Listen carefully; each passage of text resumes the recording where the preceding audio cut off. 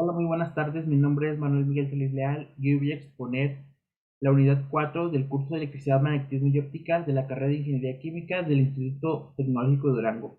El tema es campo magnético. Bueno, ¿qué es el campo magnético? El campo magnético es la representación matemática del método en el que las fuerzas magnéticas se distribuyen en el espacio que circula de una fuente magnética. Aquí podemos ver el ejemplo de que tenemos dos polos, uno positivo y uno negativo, o podría ser norte y sur, y podemos ver la representación gráfica de este campo.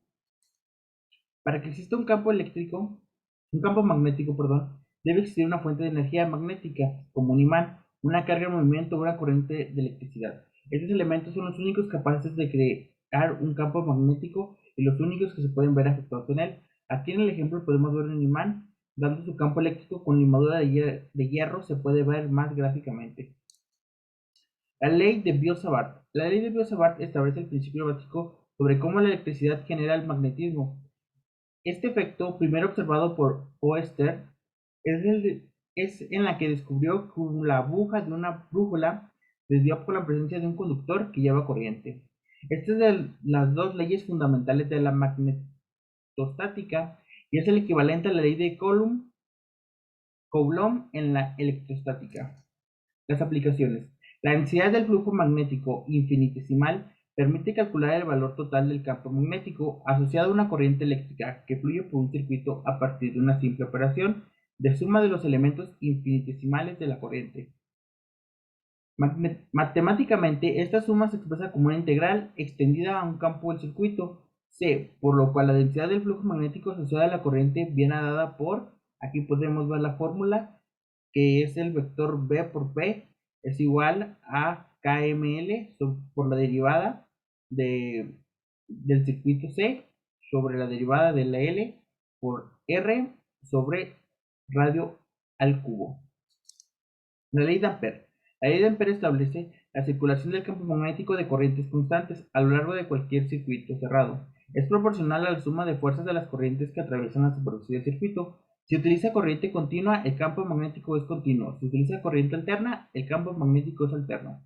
Un dato curioso es que se cree que esto pasa a través del conductor, cuando en realidad pasa sobre el entorno, el contorno de la superficie. Aquí podemos ver la ley de Ampere.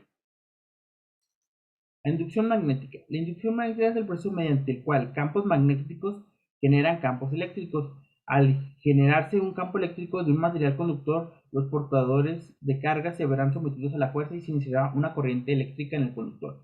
Aquí puse, por ejemplo, un solenoide, que es el caso contrario, que con campos eléctricos puedes generar campos magnéticos. Ya que es más común de encontrar ese tipo de aparatos, se utiliza mucho en las bobinas y también en ciertas bobinas, perdón, porque hay unas bobinas especializadas para esto. Por ejemplo, la que creó Michael Faraday para comprobar su ley. La ley que explica la dirección de fuerzas electromagnéticas inducidas del campo magnético es la ley de Faraday. Como dije anteriormente, él con una de esas bobinas pudo comprobar su ley, que eso nos quiere decir que la derivada del flujo magnético sobre la derivada del tiempo es igual a la fuerza electromotriz. Y aquí podemos ver también una derivada de una definición de flujo, pero esta ya sería un poco más complicada y más específica respecto a la primera. Bueno, las propiedades magnéticas de la materia.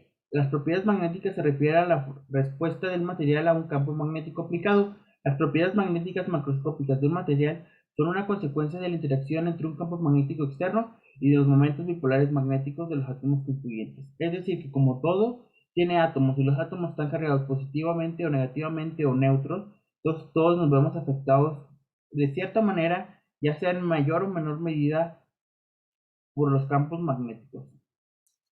Bueno, en conclusión, los campos magnéticos ahorita son, desde tiempos ya ancestrales se han visto, por ejemplo, las auroras boreales, eso es un efecto del campo magnético de la Tierra, pero ahorita en la actualidad con las tecnologías se utilizan esos campos magnéticos para ciertos tipos, por ejemplo, los altavoces, las bocinas, todo eso en la industria médica se utilizan mucho, por ejemplo, en las tomografías a cuerpo completo o especializadas con muchos equipos que generan su propio campo magnético y ven afectado todo su entorno, pero esto es por un bombardeo de grandes ondas para ver los tejidos que desean analizar o las tomografías respectivamente. Por ejemplo, tiene muchas aplicaciones, depende de cómo se quiera utilizar. Por ejemplo, los campos magnéticos en los trenes es para grandes velocidades, por ejemplo, en trenes eh, balas que se utilizan mucho en países europeos y asiáticos, donde tal cual el tren no está tocando las vías del tren, se mueve por magnetismo. Esto quiere decir que entre más vayamos avanzando, más vamos a buscar aplicaciones que podremos utilizar para mejorar nuestra calidad de vida. En el tema científico, los podemos utilizar para mejorar nuevas tecnologías, para descubrir nuevos materiales o descubrir nuevos conductores, en este caso, por si se quiere utilizar de cierta manera para las investigaciones futuras. De mi parte ha sido todo, ya muchas gracias. Estas son las fuentes bibliográficas de nuestra puesta de información.